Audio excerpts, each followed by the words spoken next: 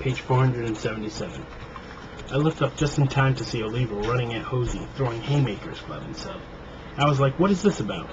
Maybe there was a misunderstanding between the two of them, but there's no doubt what had happened earlier had led to it. The scene didn't thrill Glavine. What is it about letting sleeping dogs lie, he said.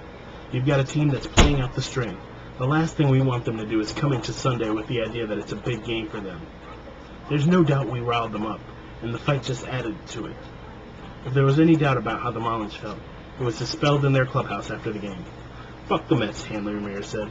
I'd play tomorrow if I had a broken hand. Glavine didn't know what Ramirez had said as he drove home, but he had a feeling the next day would be difficult.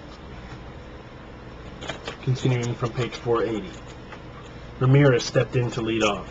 The noise was almost deafening as Glavine threw a fastball that Ramirez fouled off for strike one. The noise got louder. Glavine came back with a cutter and Ramirez fouled it off again. Now it was 0-2, and the crowd was already on its feet 2 pitches into the game. Glavine wasted a changeup outside and then threw a curve that Ramirez checked his swing on.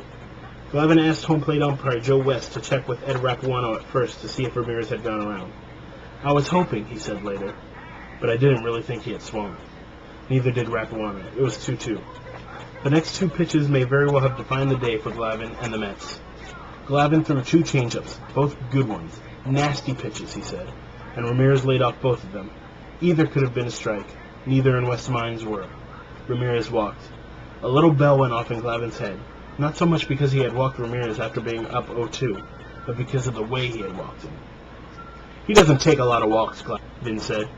He goes up swinging. It's the last day of the season, and you're facing a team in last place. What you expect is that they come up hacking at everything, because they've all got planes to catch, and they want to get out of Dodge.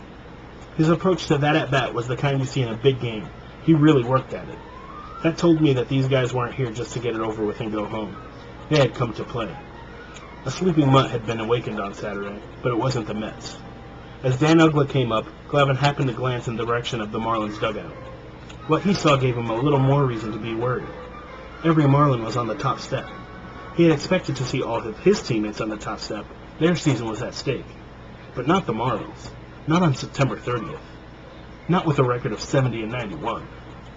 Okay then, he thought. This won't be easy. Back to work.